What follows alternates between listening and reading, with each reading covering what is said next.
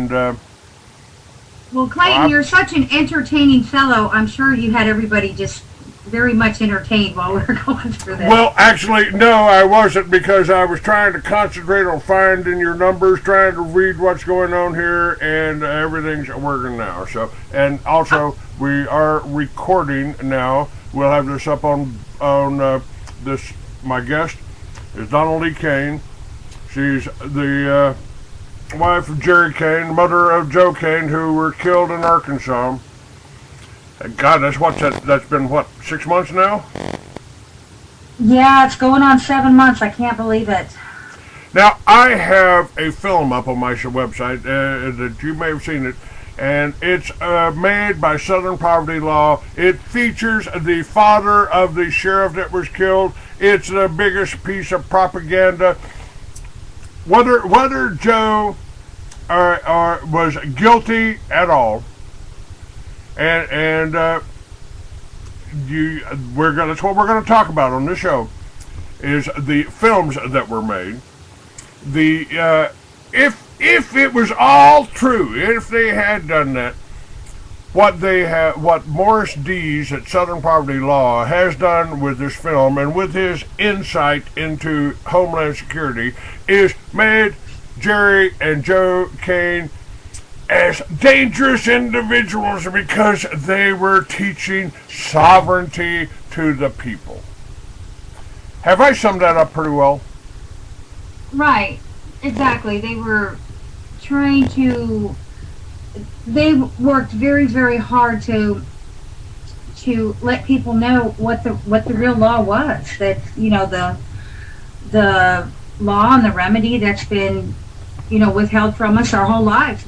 We're very conditioned. They don't teach us any of this stuff in preschool, pre-K, elementary school, middle or junior high school or college. And I mean, if we don't know what our rights are, we don't have any. So Jerry and Joe were very, very adamant about helping people know what their rights are.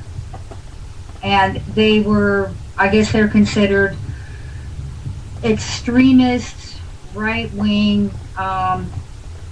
white supremacists, I guess. I mean, they call them everything but white, I'm telling you. Yeah, they're extreme, but the key thing is that they're trying to make the word sovereign. Our states are sovereign. We're supposed to be sovereign people, right? But they're trying to make that into a bad word. It reminds me of making McCarthyism a bad word, because some of Roosevelt's best friends were communists.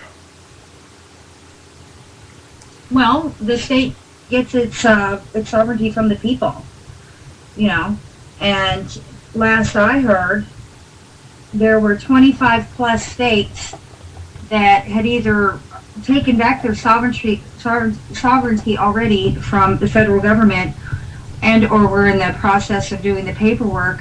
They were citing, I believe it was 10th and 11th amendments, and just so tired of the huge encroachment of the federal government, because the people pay the money to the state, and the state pays it to the federal government, and the government gives it back to the states with strings attached. And it's just enough's enough. I mean, that is where the state gets its sovereignty, is from the sovereign people. So it's just crazy. It seems like in this day and age, they're trying to make what's right into wrong and what's wrong into right. Yeah. So war is peace, yes. Opposite day, at Camp Stupid. Now, let's go back to your husband. Now, Jerry was teaching, traveling, and doing pretty well. He's starting to get a following. That makes him dangerous. I had 4,000 subscribers when they ordered the hit on me. Mm-hmm. I was becoming dangerous. Had worldwide shortwave. And, but the way this has been set up, you've been investigating very, very heavily the photography of this shot. Now, first of all, let's just kind of sum this up together. First of all, the video that's being shown, and you can see this, folks, right now on freeamerican.com, on my website right now. You can see the propaganda film made by Morris Dees with Southern Poverty Law. That's Mark Potok also. He's involved in that. Now, well, they've lost an awful lot of credibility because if your audience would recall, when there was a census worker up in the Northeast who was found tied to a tree, naked, and he had the word "fed" written on his stomach, and he was dead. And Mark Potok came out screaming about how, oh, this is those right-wingers and extremists, blah, blah, blah, blah, blah.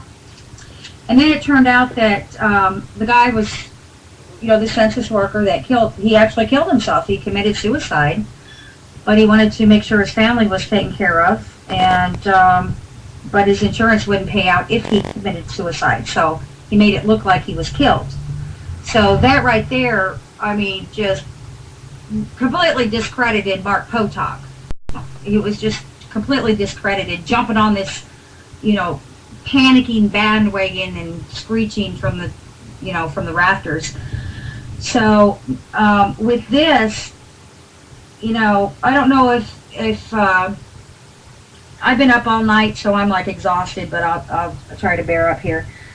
But we've actually gone through the dash cams, and we have found that they have photoshopped young Joe with 2 left hands and 1 right hand. So, and that's playing on the site that I put up for Jerry and Joe, and it's a long domain name, but I couldn't have Jerry in there without Joe, or vice versa. That's right, and that's all linked up on my website, right under this show.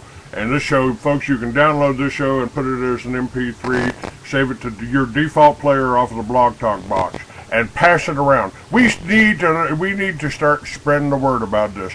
What's happened here is just as atrocious as what happened to Randy Weaver's wife, what happened at Waco to 17 little children that were murdered by these federal thugs for what? Having a church, having a self-sufficient family farm, working together, prospering without the help of government. And you've kind of kept up the websites and everything that, haven't you? Oh yes, definitely. But I've spent thousands of hours. There's been many days where I've been up for 36 hours or more. I think one time I went 52 hours without sleep, and I just kept searching and delving and looking and going back over and looking again and finding, pouring through the audios, what was said. But bear in mind, we didn't even get the dash cam until 41 days after the incident. Okay, and we didn't even get the 911 call until 57 days after the incident. So, all right. Let me take you through some points here. What the truck? So supposedly a Federal Express driver was watching all of this happen. Right. And we got the 911 call from him. But he wasn't describing Joe's vehicle, was he? No, he described a different vehicle. He described different people. Okay. He described, first off... Go ahead. Let me say this. First off, West Memphis, Arkansas Police Department was under tremendous pressure to get out the dash cam. People were screaming for it. They wanted the audio. They wanted the audio and dash cam from both of the cars, the pullover car and the backup car. All we've gotten to date is just a dash cam, and they didn't give us the audio. We know both vehicles had audio. Okay, we know both vehicles had dash cam, but they won't release the audio. They're saying it doesn't exist. But anyway, West Memphis Police Department was under huge pressure to get something out. 5